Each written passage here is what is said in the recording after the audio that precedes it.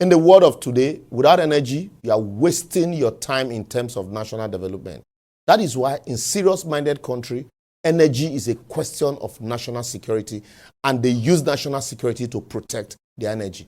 But in Nigeria, there's plenty of crude everywhere, not a single drop of fuel. Just like the famous line, water, water everywhere, and not a drop to drink in Samuel Taylor's Coleridge poem, The Rime of the Ancient Mariner. I dare say in Nigeria, there's crude oil almost everywhere on the ground, but not a single drop to refine. But you ask, where lies the problem? Is it with the barber, the air, or the clipper? Is it with the crude, the pipeline, or NNPC Limited?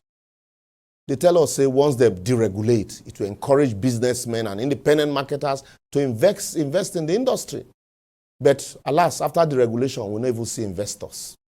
Then they start another magic. They said once they stop paying subsidy to stop the fraud, local refineries will spring up everywhere and the product will be like water everywhere and prices will go down. Boom. Now they stop paying subsidies and prices are going up and the product is not available. Yet, states and federal government are smiling to the bank as they are sharing more money. No wonder our banks are declaring profit in an economy where everybody, including breweries, are declaring a loss. If you ask, why is government refinery not working? They will point to Dangote's 650,000 barrel per day refinery, which is only producing middle distillate product because of the non-workability of its FCC. So make I tell you, Dangote refinery no go fit produce petrol for now because its fluid catalytic cracking, that's FCC process, is not yet working. So they will still get a long way to wait for fuel from that refinery. Even the diesel, they said they have reduced the price. We see they buy them at 1,300 naira per liter.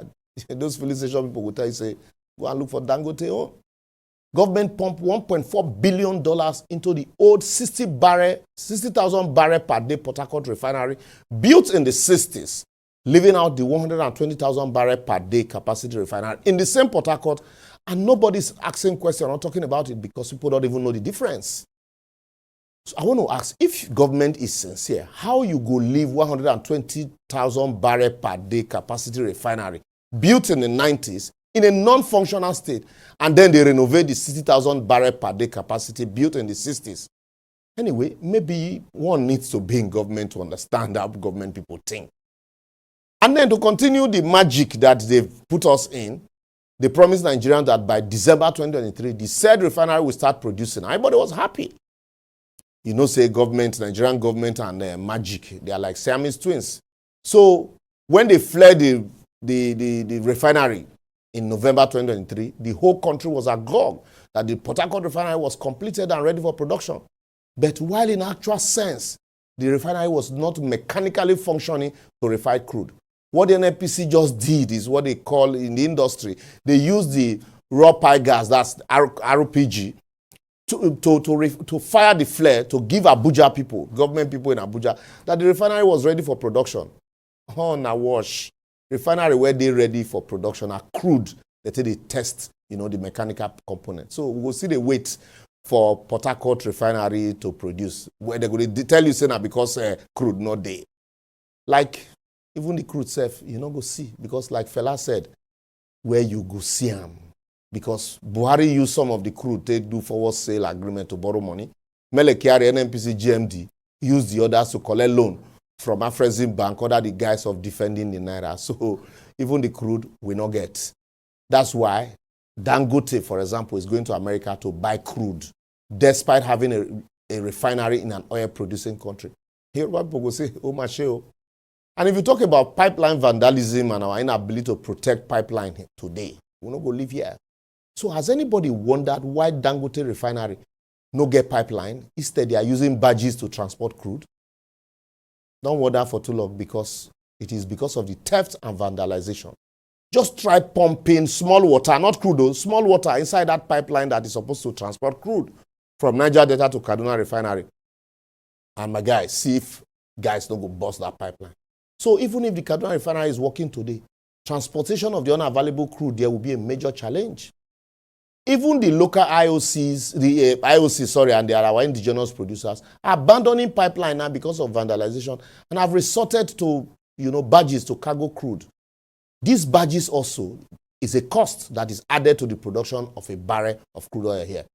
So if I lie, go and ask ITO. These people have bought badges, and that's what they are using.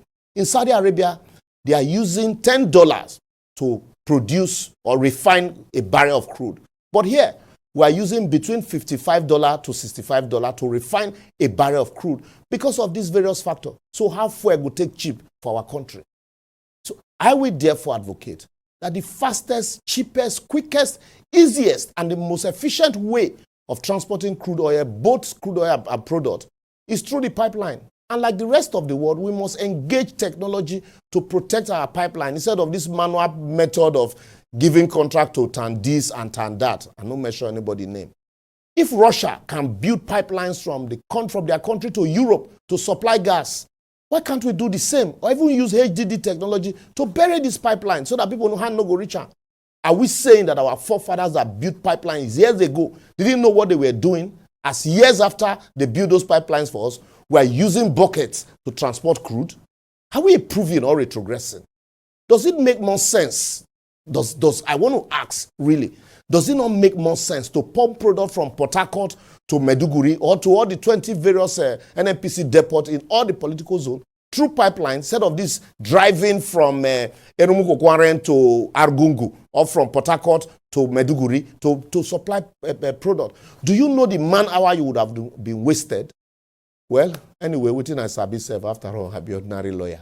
So, because of that, I will pause here until we hear from you on all our social media platforms shown on your screen. And then feel free to share until these our government people also see and hear. I want to ask, you want to build a 120-story building in a modern day. Instead of using hydraulic cranes to transport your materials, you carry bucket and a pan, give people because you have population. That's what we are doing with our pipeline protection. Think about it. See you next week.